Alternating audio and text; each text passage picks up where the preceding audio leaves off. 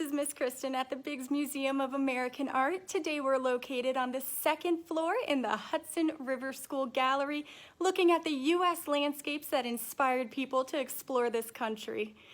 Now, all of the paintings in this room are made by the Hudson River School in the mid-1800s. Now, the Hudson River School got its name because it's a group of artists who were originally inspired by the scenes all along the Hudson River in New York. However, they eventually ended up expanding what they were painting to include both real and imagined scenes all along the westward expansion routes and the Grand Canyon, as well as Canadian scenes such as the Canadian Niagara Fall, which you can see here. This painting, created by an Irish immigrant who worked in Wilmington, Delaware for a while, demonstrates the scale of the falls. He does this by having a high horizon line.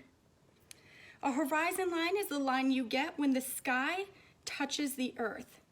And at the bottom of the painting, all the way down here, we can see some small figures besides the falls, showing us the large scale that the Canadian side of Niagara Falls would have.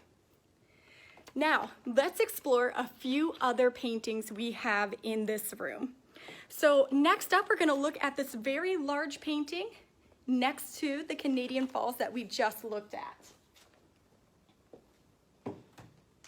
This particular painting is one of my favorites in this room, and it is called Misty Mountain. This painting is unique because of its strong diagonal composition. You see that big, strong diagonal line coming down the side of the mountain here, right here, that big, strong diagonal line. That's what makes this unique. Now, you get a strong sense of being alone on the mountain because its size takes up your whole vision. You can't see anything else. And the overwhelming amount of mist in the air that the artist has painted prevents you from seeing beyond the foreground. So you can't see really anything. You can't see where the mountains end. You just see this area where you seem to be standing and nothing else. While this painting at first glance may seem empty, if you look closer, you have two hunter animals, a leopard and a falcon in view. So let's see if we can find the leopard and falcon. We're gonna look around. We see some birds flying. If we go all the way down to the bottom, let's see if we can find our leopard. Have you seen it yet? Have you seen the leopard? Our leopard is right here. He's kind of hidden. And if we keep going along, we're gonna find our falcon. All right, have we seen our falcon yet? He's gonna be right here, sitting on that tree branch.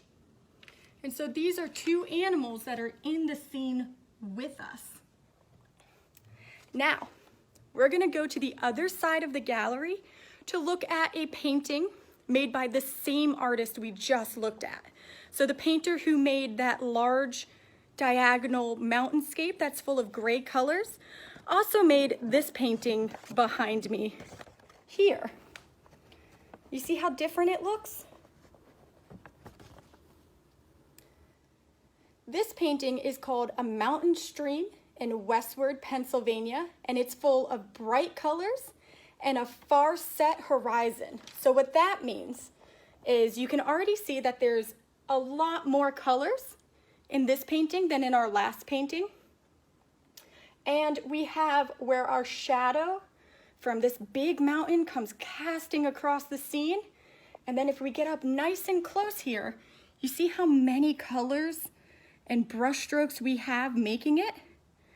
We go from these dark foreground colors where we have some people fishing, and we're gonna bring them up into the light and all the way back to our purple mountains with pink skies. And we start getting a lot more bright colors than we had in our last one, even though they're made by the same artist.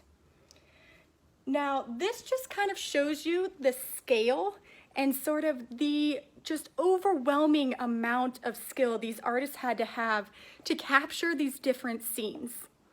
Now we're going to take a quick look at one more painting. It's this small one. Now this painting is of a very similar scene as the one we just looked at. This painting is also of a scene in Pennsylvania. We're going to get up close to it. Now this painting shows a storm gathering over the Pennsylvania mountains here. And so we can tell the storm's coming and that it has a completely different feeling because of all of this gray that's happening. In the foreground, we also have a man and his dog kind of showing you the scale and overwhelming power of nature. So now that we've taken a quick look through the gallery, you guys are able to go over to the John Bell House on the Green and pick up your big old bag of Bigg's art. Now this time, your big old bag of Bigg's art is going to be full of all different color paper. What you want to do is you're going to take all of your paper, you're going to use scissors, and you're going to use glue, and you're going to be creating your own scene of America, your own American landscape, using all of the different colors and layering on top of each other. So if you look carefully, you can see how it's not just one piece. It's a whole bunch of pieces layered on top of each other to create your own unique American landscape, just like all of our Hudson River School artists did as well. Now, again, you can pick up your big old bag of Bigg's art at the John Bell House on the Green, so you can make your own unique paper cutout American landscape.